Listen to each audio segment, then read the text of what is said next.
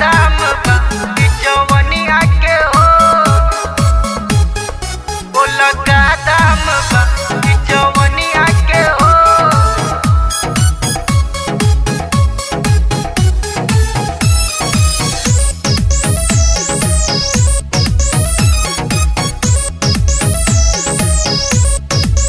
Market में नया brand बढ़ुए कमर के हमारा डिमांड बढ़ुए कमर के हमारा डिमांड बढ़ुए। मार्केट में नया ब्रांड बढ़ुए कमर के हमारा डिमांड बढ़ुए। चल हटा ढेर देखली नचनिया के हो चल हटा ढेर देखली नचनिया के हो बोल का दाम भाई जवनिया के हो बोल का दाम भाई जवनिया के हो। तोहरा से लिहले ना ले आई बहुत महंगा बा। अरे तोहरा खातिर तो अपना घर के तीसियो बेच देबो।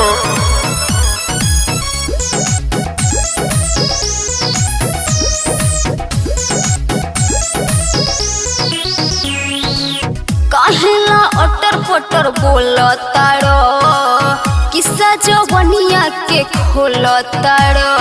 हम अपना कैमूर जिला के रंगीला हो नहीं खुजा नदिया पे जान जाइबू अच्छा मरद हई मान जाइबू हिरी सटी ले ला नमरिया के हो। अरे हटा हिरी सटी ले ला नमरिया के हो बोल का दाम बाई जवनिया के हो बोल का दाम बाई जवनिया के हो। कहाँ जाई कुल तीसियो बेचवा जालू अब का ससोया बेचबू का।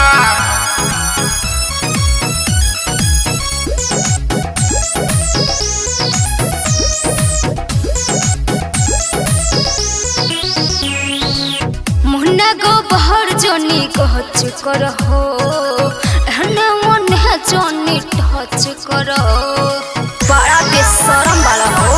अरे हम पहला ही से रंगीला हो सचिनिया नीस से छुआइले बारू देखले रहा का पप्पू प्रेमी के चिखइले बारू स्टेज पर उतारब न दुनिया के हो स्टेज पर उतारब न दुनिया के हो। इतना के करा में दाम बाई जवनिया के हो तोहर का दाम बाई जवनिया के हो।